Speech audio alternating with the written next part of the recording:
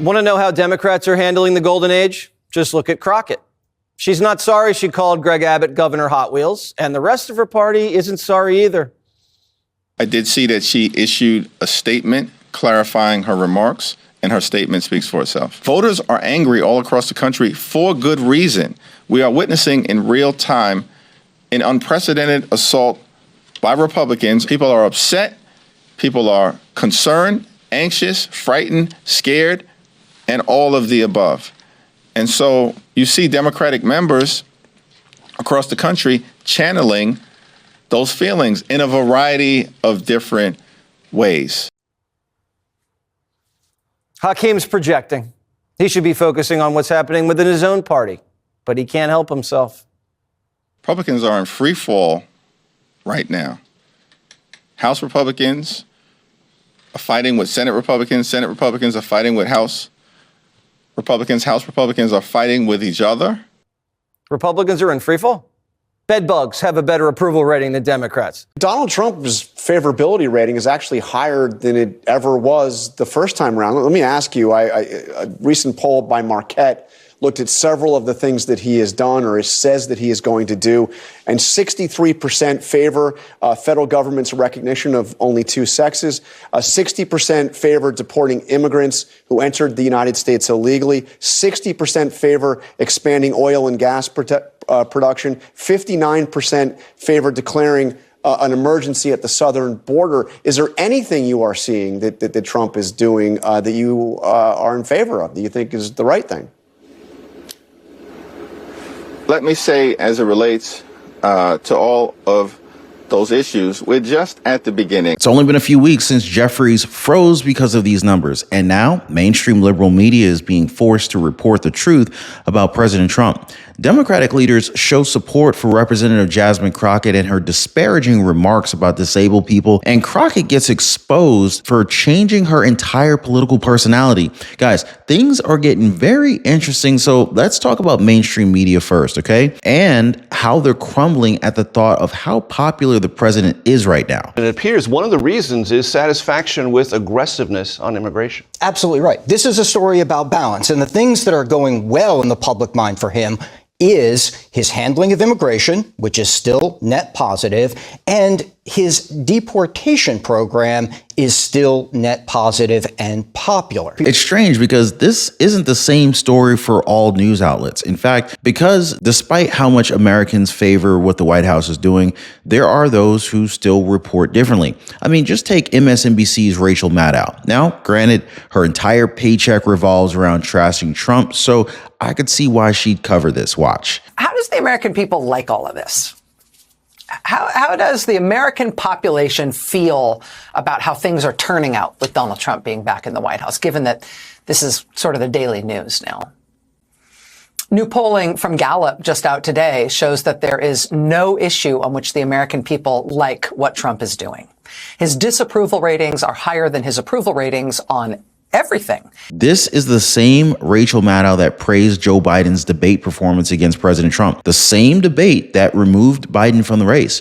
So it's pretty safe to say that Rachel Maddow's ready and willing to push whatever propaganda it is that the left wing wanted. Surprisingly, the same can't be said for CNN at the moment. The numbers are just so much better for the president this time around that they're praising him on air, with some of them obvious. Hey, by the way, guys, if you're one of the real ones who really enjoy what we do here on the channel, you've got to check out the Inner Circle. This is where our true supporters get exclusive access to content that I just can't share here, completely commercial free. It's also the best way to keep this channel going strong. So if you want to be a part of something special, join us over there. Links in the description or in the pinned comment down below. Honestly, cringing at the idea that Americans are actually liking what they're seeing. If you want to see what I'm talking about, keep a close eye on the girl in red. These are a few minutes of excruciating pain for liberals, so I hope you enjoy this. I think sometimes it's important to do a little bit of reality check and take a little different spin at the numbers. I'm going to do that right here because all we talk about is how unpopular Donald Trump is. But in reality, he's basically more popular than he was at any point in term number one, and more popular than he was when he won election back in November of 2024. What are we talking about? His net favorable rating right now comes in at -4 points. Compare that to where he was when he won in November of 2024 when he was at -7 points, or March of 2017 when he was at -10 points. So when you compare Trump against himself, he's actually closer to the apex than he is to the bottom of the trough. And of course, that's so important because Donald Trump, historically speaking, has had his numbers underestimated. So I think it's very important to compare him to himself to understand he's actually more popular now than he was when he won, or certainly where he was at this point back in his first term. The bottom line is Trump is more towards the ceiling than he is towards the floor. So when you do that, it makes my knees hurt. So when you look at this compared to sort of historically, what does it tell you about the percentage of folks that think the country itself, with him at the helm, is on the right track? This, I think, is rather important because, again, if the polls have historically underestimated Donald Trump, what is a metric that might get at understanding at how popular he may actually be? So let's take a look at the percentage of the country who say that we're on the right track. It's actually a very high percentage when you compare it to some historical numbers. What are we talking about? According to Maris, 45% say that we're on the right track. That's the second highest that Maris has measured since 2009. How about NBC News? 44%. That's the highest since 2004. Wow. The bottom line is the percentage of Americans who say we're on the right track is through the roof. And if you were to compare it to when presidents have historically been reelected, of course, Trump is not constitutionally eligible to run for re-election, but I think it sort of puts it in perspective. 42% of the country says the country is on the right track when the incumbent party is re-elected. And also keep in mind, back when Kamala Harris lost and the Democrats were turned out of power, only about 27 to 28% of the country said the country is on the right track. The bottom line is right now, a much higher percentage of the country says we're on the right track. To make matters worse for Democrats, the generic congressional ballot is looking better for Republicans, which means that they're probably going to win big in the midterm elections. And that brings me to someone who's being challenged for her seat come 2026. Urgent warning, guys, the job market is collapsing. The economy is shrinking fast. Layoffs are skyrocketing. The Trump tariffs are already shaking industries. The media won't tell you this, but most high-paying jobs, they're disappearing. And the ones that do remain, they're soon going to be out of reach. But here's the good news, guys. I've put together a list of 30 plus jobs that pay around $100,000 per year without a degree. These are recession-proof jobs, and some are even set to explode in demand thanks to this economic shakeup. No college degree required, no student debt, just real jobs that pay. But I promise, guys, this list is not going to be available forever. So get it right now. Get it before these jobs are flooded by the competition. I'm going to go ahead and leave a link down below so you can get your free list of the 30 plus jobs that pay over $100,000 without a college degree. So download this list before it's too late. Representative Jasmine Crockett has become very popular within her own circles. The same can't be said for analysts who feel as if she's saying things solely for shock value. Now, of course, there's also the matter of how she turns violent whenever she's confronted with actual questions. This is something that Megyn Kelly talked about recently when she popped in for a quick interview with Benny Johnson. I want you to listen to how she saw the situation with Crockett physically attacking a journalist. If she laid any hands on that reporter, it's assault, and she should be charged. And she absolutely should be sued for the value of the camera/phone. This is completely inappropriate. She's completely inappropriate. And you see it with her time and time again. I mean, I guess she didn't feel that mocking a man in a wheelchair, Texas Governor Greg Abbott, who's, a truly good man, was enough for one day. She wanted to commit a couple of crimes on her way home back to Congress that day. This woman, I've had about enough of her. She wants to be like a member of the squad. She thinks of herself like an AOC. She talks like, she's from the hood. Meanwhile, she grew up in a nice family. She didn't talk like this 3 years ago. Now, since I do a lot of investigative journalism myself, I decided to find out just how much has changed with Representative Crockett. And Megyn Kelly's right. She changed her entire persona to fit someone who's supposedly more relatable to her constituents. In my mind, I'm thinking, I just got to Austin and I had to beat 5 people to get here. I don't know about this. So y'all don't know what white privilege looks like, but I'm gonna show you a little bit of something. It's a huge responsibility. The congressional seat is over 4 times as large as my House seat. I'm trying to get clarification. Look at, calm down, calm down. No, because this is what y'all do. And I was just starting to get into the rhythm of doing constituent services. They send them to Texas, they send them to Florida. Every deplorable state that we can think about, they usually coming out of y'all's think tank. There was someone that talked to me and said, in fact, a former ambassador in the Clinton administration. Please calm down. Don't tell me to calm down. Calm down. Because y'all talk noise and then You're can't out of take control. He said, Jasmine, what you have to realize is that if you are really going to make change, it's not going to be in the Texas House. He said, you did a great job playing defense, but you have a chance to play offense. If someone on this committee then starts talking about somebody's bleach blonde, bad built butch body, that would not be engaging in personalities, correct? I had no idea what you just said. The management, so to speak, changes. It's not just always one party that has everything. Wow. Now that we've seen how drastic her change was, the same can be said for the party. Instead of saying that they've messed up, they're doubling down. I mean, you saw how President Trump's numbers looked like, right? Even mainstream liberal media can put two and two together. President Trump just dropped a bombshell plan that could wipe out taxes on tips, overtime pay, and even Social Security benefits. And guys, this is just the beginning. In fact, this is what, as President Trump calls, this is Liberation Day in America. It's fantastic, attended by a lot of great women, All women are great. So this is the beginning of Liberation Day in America. We're going to take back just some of the money that has been taken from us by people sitting behind this desk or another desk that's not quite as nice, but they have their choice of 7, as you know. Liberation Day. That has a good ring to it, doesn't it? Millions of Americans could finally breathe again. But here's a shocking twist. Trump may raise taxes on the ultra rich in order to get this done. The billionaire class, well, they're on edge. In fact, some Republicans are actually pushing back hard, but others are calling it, the most genius deal that Trump's ever made. And the secret weapon? Budget reconciliation, meaning no Democrat votes are needed to make this happen. Now, later in this video, guys, you're going to hear what this plan could mean for real hardworking Americans like a deli owner who says it could change everything. All right. Now, this is not just a tax cut. This could be the end of the IRS as we know it, but only if Trump can pull this thing off. Now, stick with me, guys, because what you're about to hear, this will change how you see your paycheck forever. Now, guys, if you appreciate the daily updates, please take a second and hit the like button for the video and consider subscribing to the channel. Now, this is not a drill. Trump just confirmed he's finally going after the one thing that Americans have begged for, an end to taxes as we know it. Yes, that's right, guys. He's actually doing it. In fact, the plan is real and it's unfolding right now in a way that could completely change your paycheck. It could change your tips, your retirement, our lives. Now, before I break all of this stuff down for you guys, I got to ask a quick question. Have you ever believed a politician when they promised to cut your taxes? Probably not, right? I mean, I never believed that anyway. But this time, something's a little bit different. Why? Well, that's because Trump isn't just talking. He's already making moves. And the steps that he's taking, they could be historic. So stick around, guys, because I'm about to explain how this plan could lead to zero income tax for everyday Americans. Meanwhile, the ultra wealthy finally get hit with the bill that they've been dodging for decades. And yes, there's already a major fight that's brewing behind closed doors in Washington, D.C.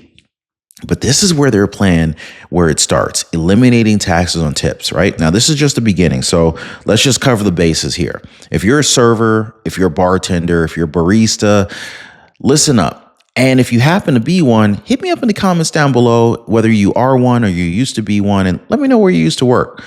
Now, for decades, you've had a chunk of your income yanked away from you, right? I mean, you've had to give away your hard-earned tips back to Uncle Sam, even if it was cash, or at least you were supposed to. But under this plan, that money stays in your pocket, all right? And I want you to hear it straight from the man himself. Trump is saying that this is the beginning of Liberation Day here in America. This isn't just a tax cut. It's a declaration of economic independence for working class Americans. But next up, this is huge, guys. No more taxes on your overtime. Can I get an amen for that? I mean, if you're clocking extra hours and you're sacrificing time away from your family and you're hustling on the weekends, doing side hustles or whatever kind of gig work you might be doing on the weekends, you shouldn't be penalized for that, right? I mean, Trump's plan would let you keep all of that money 100% of your overtime pay tax-free. How many of you would be happy to be able to know that, hey, if you're driving for Uber or Lyft, or maybe you're doing some DoorDash, or maybe some Walmart deliveries, maybe Costco or Sam's Club deliveries, all that income from your side hustle gig work would be tax-free? Can I get an amen for that? I mean, you got my vote. I mean, anyway, so here's the kicker, guys. To get this passed, Trump's team may have to raise taxes on the ultra wealthy. Now, unless you're ultra wealthy, this sounds like good news, doesn't it? And so this is where things are getting a little bit spicy here, okay? Now stick with me, guys, because in just a little bit, I'm going to show you how Republicans they're splitting behind the scenes. Some are pissed off with Trump over going after billionaire donors. Meanwhile, others are calling it a brilliant strategy to win over the working class voters. So, so far, it sounds pretty good to me. I'll just say this. Republicans are working to come together on Trump's one big, beautiful bill. So listen to what Senate Majority Leader John Thune had to say about it. We also passed legislation to fund the government by a narrow margin. 10 Democrats voted to allow us to proceed to the bill and fund the government. The rest preferred to filibuster the bill and shut down the government. It was a double dose of Democrat hypocrisy. Democrats who had campaigned to abolish the filibuster enthusiastically embraced it now that it served their purposes. Democrats are changing their position so abruptly, it could give you whiplash. Senator Roger Marshall is a Republican. He's from the great state of Kansas, and he joins me now. Mr. Senator, I want to go through a couple of things that may be in the big tax bill. No tax on tips, no tax on Social Security benefits, no tax on overtime. Are we going to get any of that? Well, I sure hope so, and that's certainly a priority of the president. It's certainly a personal goal of mine. I think the question is, how are we going to pay for that? And that's where the House and the Senate are kind of differing a little bit. I think the question is, what are we willing to cut from the federal government? How do we slow the increasing growth of the federal government? I think that's the big question. And I don't know if we're going to get that done in the first bill. And yes, the first bill is going to be a big, beautiful bill, but I still think we have to come back and get a second bite at the apple, and that's when we take on these opportunities. It's a crime shame that Americans who have paid into Social Security their whole lives, then when they take the money out, have to pay taxes on that. So I know the president would really like to get those extra Trump tax cuts done. And get this, guys, Trump's not stopping there. In fact, the next phase, no more taxes on Social Security benefits. Now, that's right, guys. Our seniors, our parents, our grandparents, our veterans finally get to keep the money that they've already earned. I mean, didn't we already get taxed on our paychecks, like for Social Security tax? So if they're taxing Social Security and SSI and SSDI, wouldn't that mean that would be double taxation? So anyway, let me not get too sidetracked. Imagine retiring and actually being able to live on what you're paid, right? Instead of sending part of it back to the IRS every single year. And again, this is part of something bigger here. The end game? Total elimination of federal income tax. That's the dream. And believe it or not, it's on the table. Now, if Trump can deliver on his phased plan and get enough Republicans in Congress behind him, this could very well be the beginning of a radical new tax era right here in America. But don't get too comfortable yet, guys, because in the rest of this video, I'm going to break down why Democrats they're gearing up to fight this thing tooth and nail. We're going to talk about how Trump plans to actually use what's called budget reconciliation to sidestep the Democratic votes completely, and also why some GOP Republican insiders are terrified about what happens next if this backfires. Now, you don't want to miss what's coming up next, because if this thing goes through, we could be witnessing the beginning of the biggest shift in economic American policy in generations, guys. But stick with me, because what you're about to hear is going to blow you away. All right, now buckle up, guys, because this is where the plan gets really controversial. Now, we all know President Trump is pushing to end taxes on tips, overtime, and even Social Security. But the big question on everyone's mind is, how are we going to pay for this thing, right? Well, now we know. According to senior White House officials, Trump is seriously considering a move that It's already causing shockwaves in Washington, D.C. In fact, he's willing to raise taxes on the rich. You heard that right, guys. The president, who's been known for cutting taxes across the board, is now targeting the ultra wealthy with a potential increase. And so right now, the top tax rate for individuals earning over $693,000 or $731,000 for couples, married couples, is 37%. Now, under this new plan, that would jump to 39.6%. Now, that might not sound huge on paper, but in Washington, D.C., this is a political earthquake. And so coming up, guys, I'm going to explain how this move could be Trump's secret weapon to bypass Democratic resistance and also pass the most aggressive tax reform since Ronald Reagan. And also why some Republican donors are livid about this. They're pissed off at Trump. Charge countries for doing business in our country and taking our jobs, taking our wealth, taking a lot of things that they've been taking over the years. They've taken so much out of our country, friend and foe. And frankly, friend has been oftentimes much worse than foe. And this is very modest. And what we're going to be doing is a 25% tariff on all cars that are not made in the United States. If they're made in the United States, there's absolutely no tariff. We start off with a 2.5% base, which is what we were at, and we go to 25%. And basically, as you know, and as you've been saying, not reporting as accurately as it should be reported because it's a massive story. Business is coming back to the United States so that they don't have to pay tariffs. And I think also because of November 5th, the election, they're very happy. AI is coming back to levels that nobody's ever seen before. It's a new, sort of a new business, I guess, when you think about it. But it's plants are going up all over the United States, and many of them have already been started. So why would Trump, the master of the tax cut, even think about raising taxes? Well, for three reasons, guys. So first off, it offsets the massive cuts for everyday Americans. And, if we're going to eliminate taxes on tips, overtime, and Social Security, the government needs to be able to show how it's going to be able to balance the books. But the second thing is it helps Trump sidestep Democratic attacks, right? So by raising taxes on the rich, Trump can say, hey, see guys, I'm making the wealthy pay their fair share. And so that's the messaging behind, this is the messaging that completely blunts the left's main argument. And third, well, it could help get the 2017 tax cuts extended, which are set to expire in 2026. Now, if nothing happens, everybody's taxes will go up. So Trump's trying to basically strike a deal before that deadline runs out, okay? But don't think it's going to be easy. In fact, some Republicans are already furious about this. The idea of raising taxes, even if it's just 2.6% on the rich, it goes against everything that many of them have campaigned on. Others, well, they see it as a brilliant trade-off needed to make Trump's entire tax plan stick. But what do you guys think?